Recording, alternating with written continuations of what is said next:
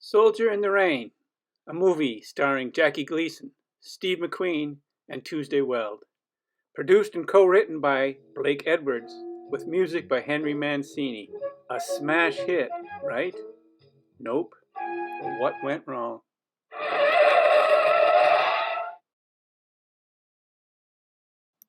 Spoilers.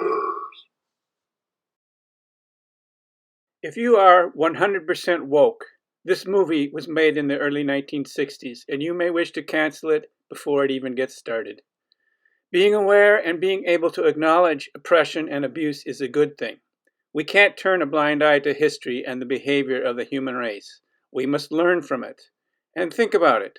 100% woke means no sleep, no break. Well, give it a break, or the only thing you will learn is that you have sore eyes and fewer brain cells.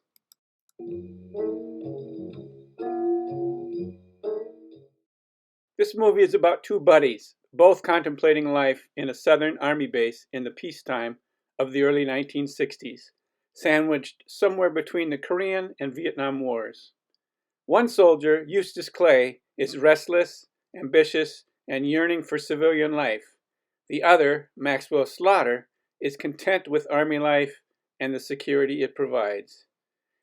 It seems to be an unlikely and divergent relationship, with Eustace, who is a sergeant, and Maxwell, who ranks above him as master sergeant. Eustace has many money-making schemes for his after-Army life, and he wants Maxwell to join him and help them to come to fruition.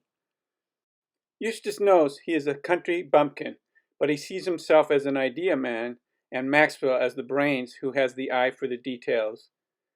Based on the ending, I would not call this a comedy. Yet there is great humor in the portrayal of the bureaucracy and redundancy of Army life. The movie is also not a typical recruitment film made to entice young people into enlisting into the service where they can, quote, be all they can be. Jackie Gleason was known as the Great One. He had a huge stage presence, both figuratively and literally. He was a Renaissance man, or what is known today as a quadruple threat, as a television and film actor, comedian, writer, and musical composer.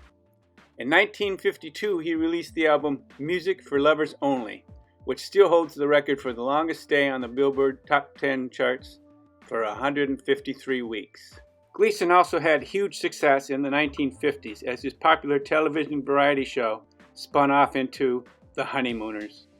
In the early 60s, Jackie appeared in 4 successful films: The Hustler, 1961, Jigit, 1962, Requiem for a Heavyweight, also 1962, and Papa's Delicate Condition in 1963, the same year Soldier was released. Jackie Gleason was capable of going from 0 to 60 in seconds, from hilarity to seriousness, from anger to pathos. Steve McQueen was a ruggedly handsome actor that started to come into his own with the 1958 movie The Blob. McQueen was known as the King of Cool. He was also known for performing many of his own stunts. Reportedly, he suffered rib injuries while filming Soldier during the famous fight scene with fellow actor Ed Nelson, who also did not use a stunt double. In 1963, when Soldier was released, McQueen was coming off some massive movies: The Magnificent Seven in 1960, Hell is for Heroes, 1962, and The Great Escape in 1963. At the age of 12, Tuesday Weld made her television debut in 1956 and broke into films that same year, playing the lead role in Rock, Rock, Rock. 3 years later, she was the principal love interest for Dwayne Hickman in the first season of The Many Loves of Dobie Gillis. She won a Golden Globe in 1960 as the most promising newcomer. Tuesday, never reaching superstar status, was almost as famous for the roles she turned down as for the roles she took. Weld turned down Bonnie and Clyde in 1967, Rosemary's Baby in 1968, and True Grit in 1969. In 1978, she was nominated for an Oscar and for an Emmy in 1984. 2 comedic roles, supporting cast members included Tom Poston, a mainstay of television from the 1950s to the early 2000s, and Adam West, future Batman and voiceover star. Blake Edwards' debut as a director came in 1952, and he was on quite a roll with Operation Petticoat in 1959, Breakfast at Tiffany's in 1961, and Days of Wine and Roses in 1962. He co-wrote the screenplay for Soldier in the Rain with Maurice Richland, who would later write the screenplay for the Pink Panther, which Edwards would direct. The screenplay was based on a book by William Goldman, who 10 years later in 1973 would write The Princess Bride. One of my favorite scenes is the pit. Eustace Clay has two antagonists, Sergeant Lenehan and his friend James Priest, a military police officer played by Ed Nelson.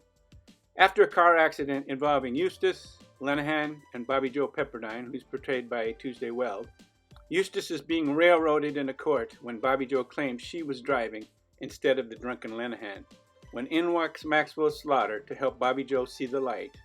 Or is it the dark? Hello. Hello there. Hi, Daddy. Perhaps I should be saying goodbye to you, Bobby Joe. Where are you going? I'm not going anywhere.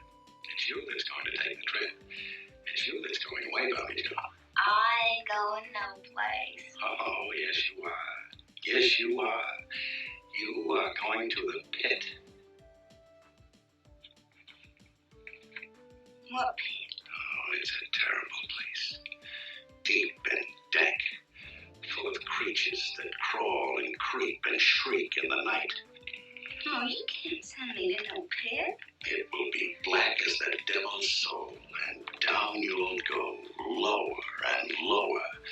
First you'll hear the scrabble of claws, then the sound of screams coming closer and closer and closer. No. And do you know why? Because you lied! You lied when the truth would have saved another human being. No, please don't put me in a pit.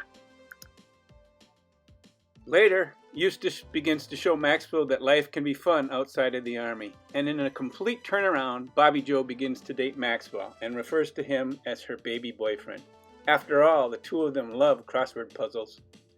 But tragedy strikes, and after Eustace gets word that his dog has died back home, Sergeant Slaughter falls gravely ill after coming to Eustace's aid one more time, this time in a barroom brawl. From his hospital bed, Slaughter suggests a beautiful Polynesian island where he and Eustace can retire and watch the native girls swimming and dancing. As Eustace leaves, he bids his customary goodbye. Until that time, Eustace, until that time.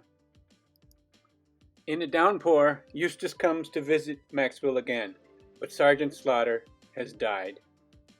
With his dog dying and Sergeant Slaughter gone, Eustace realizes his two anchors are gone.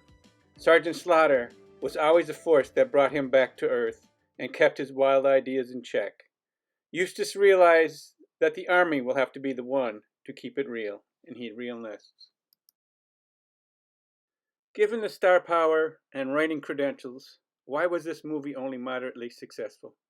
Was it because it didn't have a happy ending? Was it because it was in black and white and colorized movies were beginning to emerge?